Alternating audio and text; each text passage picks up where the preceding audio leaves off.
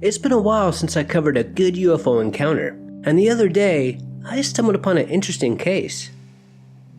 A couple of weeks ago in Argentina, there were a lot of people searching for a 55-year-old woman, and while she was missing, her family and friends would receive phone calls from her, but when they would pick up, all they would hear is like a blast of wind. It was hard to explain, and it freaked them out. Now this search started when the husband noticed that his wife didn't come home, and he knew right away that something was wrong, as his wife would have told him if she had gone anywhere else. So he went out looking for her, and while he was out searching, his phone rang, and he saw that his wife was calling him, so he was very relieved. But when he picked up the phone, all he heard was a strange sound like a blast of wind, and then the phone hung up. So now he was really worried, so he told the authorities, and the next day they started searching along with family, friends, and other citizens. Now it didn't take long for the dogs to pick up her scent, but they stopped about 500 feet away from her house, which was odd. It was like she just vanished, and this happens a lot in missing 411 cases. But thankfully the next day the search was called off as they found her at a hospital that was about 50 miles away. Someone saw her on the street and she was kind of out of it, so they took her to the hospital.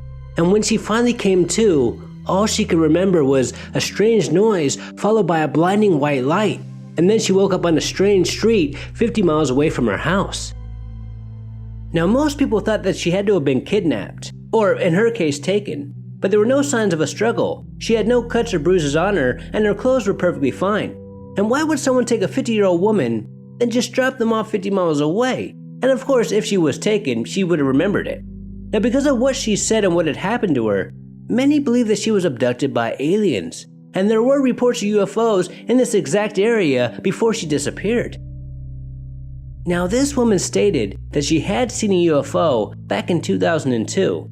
And that's interesting because there are a lot of people who claim to have seen UFOs multiple times and believe that they had been abducted by aliens, as they experienced a phenomenon known as lost time. So maybe this woman was abducted back in 2002 and this was a checkup. You never know. She also stated that before she disappeared, she did start to feel a cold chill throughout her body. Then she looked up, saw a blinding white light, then just blacked out. Because this case was so strange, it got a lot of attention in the press. And a UFOologist stated that this area is a huge hotspot. UFOs are seen here all the time. Back in the 1980s, there was a famous case involving cattle mutilations, and these investigators found some strange tracks that they couldn't identify. Even some of the locals reported seeing strange beings with huge red eyes. And I think I covered this case before, but I can't remember the name of the encounter. Another fascinating story in Argentina about UFOs and teleportation comes from truck drivers.